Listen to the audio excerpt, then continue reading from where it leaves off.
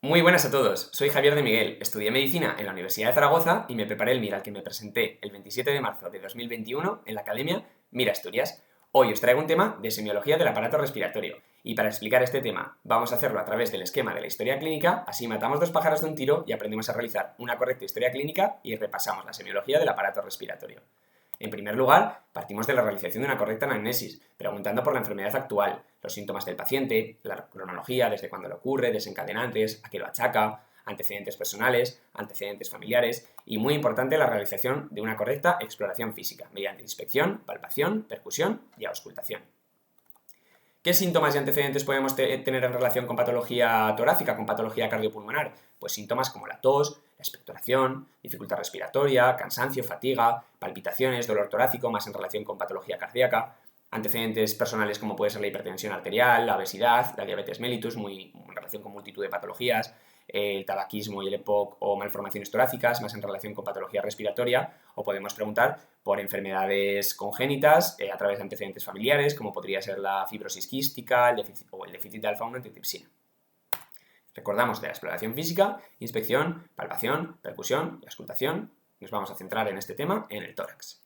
¿Qué podemos valorar con la inspección respiratoria? Pues la forma, la simetría del tórax, los movimientos, el patrón y la frecuencia respiratoria u otros signos como vamos a ver a continuación. En cuanto a la frecuencia respiratoria y el patrón respiratorio, hablamos de que en adulto un ritmo respiratorio normal entre unas 10-15 respiraciones por minuto. En el niño de unos 5 años, unas 25 respiraciones por minuto. Y en el recién nacido se considera normal un ritmo de hasta unas 40 respiraciones por minuto. Hablamos de taquipnea cuando va más rápido que el ritmo normal, bradipnea cuando va más lento, ritmo normal según grupos de edad, por supuesto, y apnea cuando tenemos una pausa y no se produce respiración. Encontramos ritmos respiratorios, patrones respiratorios concretos, como puede ser la respiración de Cheyne-Stokes, que vemos aquí en la B, la táxica de Biot, que se produce sobre todo en daño neurológico, o la respiración de Kussmaul en respuesta a la acidosis metabólica. Podemos valorar también con inspección, con un vistazo con nuestros propios ojos, la forma y simetría del tórax. Por ejemplo, anomalías innatas, como puede ser el pectus excavatum, que vemos aquí fácilmente en esta imagen, el tórax en tonel, atrofia de determinados grupos musculares. Realmente, clásicamente, se ha hecho de manera sistemática una división en líneas tanto de la parte anterior, posterior como lateral del tórax para dividir este en segmentos y hacer así una inspección más sistemática e incluso tener una manera más fácil de poder describir los hallazgos que vas encontrando. Mediante la inspección podemos valorar también el movimiento del tórax, el esfuerzo respiratorio, si está utilizando musculatura accesoria, si encontramos una respiración paradójica con un desbalance entre el movimiento del tórax y del abdomen, si hay inmovilidad de un hemitórax que no llega a expandirse con la inspiración. También podemos valorar otros signos, como por ejemplo en los dedos el hipocratismo digital, los dedos en palillo tambor en respuesta a la hipoxia, la cianosis periférica en los dedos, en respuesta a un aumento de la hemoglobina reducida, que también podemos valorar en los labios, o por ejemplo en los labios también, la respiración con labios fruncidos, que se relaciona mucho con patología respiratoria obstructiva, como puede ser la EPOC. En cuanto a la percusión respiratoria, podemos realizarla mediante una maniobra indirecta, en la que nosotros colocamos la mano en la pared torácica del paciente y con la otra mano percutimos nuestra propia mano, o directa, cuando directamente con nuestra mano percutimos la pared torácica del paciente. Esto se realiza de manera sistemática de vértices a bases, de arriba a abajo, y pongo de derecha a izquierda, aunque realmente lo que habría que hacer es, da igual, de izquierda a derecha, derecha a izquierda, e ir comparando ambos lados, bajando de manera simétrica de vértices a bases. ¿Qué respuesta podemos encontrar a esta percusión?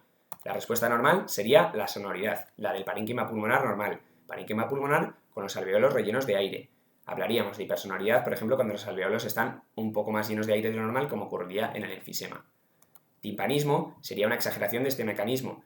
Al otro lado de la pared torácica simplemente nos encontramos aire, no parénquima y alveolos llenos de aire, sino una gran burbuja de aire, como ocurriría, por ejemplo, en una gran bulla, en una cavidad extensa, en el neumotórax.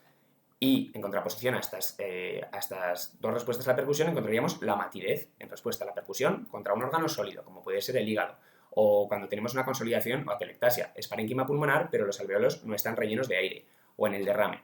Para hacer un símil con instrumentos musicales, por ejemplo, hablaríamos que la sonoridad normal sería el sonido de un tambor, hay parénquima pulmonar con alveolos rellenos de aire. Un fenómeno mucho más exagerado sería el timpanismo, como estos bombos grandes de Semana Santa, y por ejemplo la matidez sería pues como percutir una patata, la percusión sobre un órgano sólido. Vemos aquí en este esquema distintas partes del tórax y qué respuesta a la percusión deberíamos encontrar. Pues por ejemplo, aquí donde nos tendríamos que encontrar el hígado, lógicamente será una percusión contra un órgano sólido, matidez. Aquí que donde nos encontraríamos el estómago, una bolsa llena de aire, pues timpanismo. Y en la mayoría de superficie torácica que nos encontramos parénquima pulmonar normal, sonoridad normal. En cuanto a la palpación, con la palpación valoramos principalmente las vibraciones vocales, pero también podemos valorar la expansión torácica o aumentar la información de fenómenos que hemos visto con la inspección, por ejemplo, palpar puntos dolorosos, etc. En cuanto a las vibraciones vocales, estas se van a encontrar aumentadas sobre todo cuando tenemos el parénquima consolidado. ¿Por qué? Porque las vibraciones vocales se van a transmitir mejor por sólido que por aire. Lo encontraremos disminuido cuando tenemos bronquios obstruidos, parénquima atrofiado, cuando encontramos líquido o aire entre la pared torácica y el parénquima pulmonar que actúa como aislante, por ejemplo en el derrame pulmonar o en el neumotórax. Y vemos aquí en estas imágenes, por ejemplo, cómo de manera simétrica se puede valorar la expansión torácica, o en esta otra imagen también de manera simétrica, comparando ambos lados, cómo se transmiten las vibraciones vocales, con dos técnicas diferentes. Pasamos a la auscultación respiratoria. Como ya sabéis, debe valorarse con el paciente sentado hacia adelante, con el tórax desnudo, de manera simétrica, de la misma manera a la percusión, desde la parte superior a la inferior, de vértices a bases y también de lado a lado, comparando simétricamente los campos pulmonares. Se hace con una respiración lenta y profunda y, como ya sabéis, con la membrana del estetoscopio o fonendoscopio. Podemos auscultar ruidos pulmonares normales, como es el murmullo vesicular, que es el que encontramos en la mayoría de la superficie torácica, por ser el sonido que encontramos en los alveolos y en los bronquiolos. Broncovesicular sería ya en vías aéreas un poquito más proximales, como podrían ser los bronquios, donde encontramos un sonido algo más intenso, con un tono más moderado, y el más intenso y marcado de todos sería el que auscultaríamos directamente a nivel traqueal. Vías aéreas con un calibre muy grande, como puede ser la tráquea, y vías aéreas muy proximales. Otras cosas que podemos auscultar es el no auscultar nada, la evolución del murmullo vesicular, pues por ejemplo como ocurre en la obstrucción bronquial, ocupación alveolar, si encontramos de nuevo aire o líquido interpuesto entre parénquima y pared, que actúa como aislante, auscultamos y no escuchamos nada, zonas que nos están ventilando o algo que nos impide escuchar cuando se está ventilando. En cuanto a estertores continuos, hablamos de los roncus y las sibilancias. Roncus, un tono más grave y bajo, y sibilancias, un tono agudo, más musical. Para volver a hacer un símil con instrumentos musicales, por ejemplo, asociar el sonido del roncus al sonido grave de una tuba y, por ejemplo, las sibilancias al silbidito, el sonido más musical que podría hacer una flauta travesera.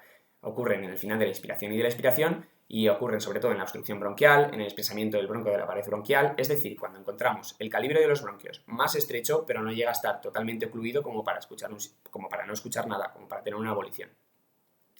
En cuanto a los estertores discontinuos, hemos hablado clásicamente de los crepitantes, que hablamos de ellos entre finos, recuerda el sonido de un velcro, o gruesos, burbujeantes. Ocurren al final de la inspiración y sobre todo en las bases pulmonares. ¿Y qué es este sonido? ¿Por qué se produce? Bueno, ocurre por el flujo de aire en alveolos que están rellenos de algo, generalmente de líquido o de moco.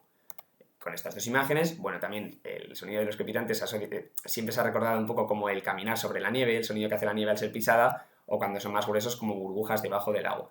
Encontramos también otros tipos de sonidos a la auscultación, como son los soplos, el tubárico, las neumonías, cuando hay una consolación pulmonar, cavernoso, anfórico, en los neumotórax a tensión cuando hay una fístula, pleural, en la zona superior de un derrame pleural, o auscultación de sonidos pleurales, como os han dicho, como puede ser el roce en una pleuritis de ambas capas de la pleura.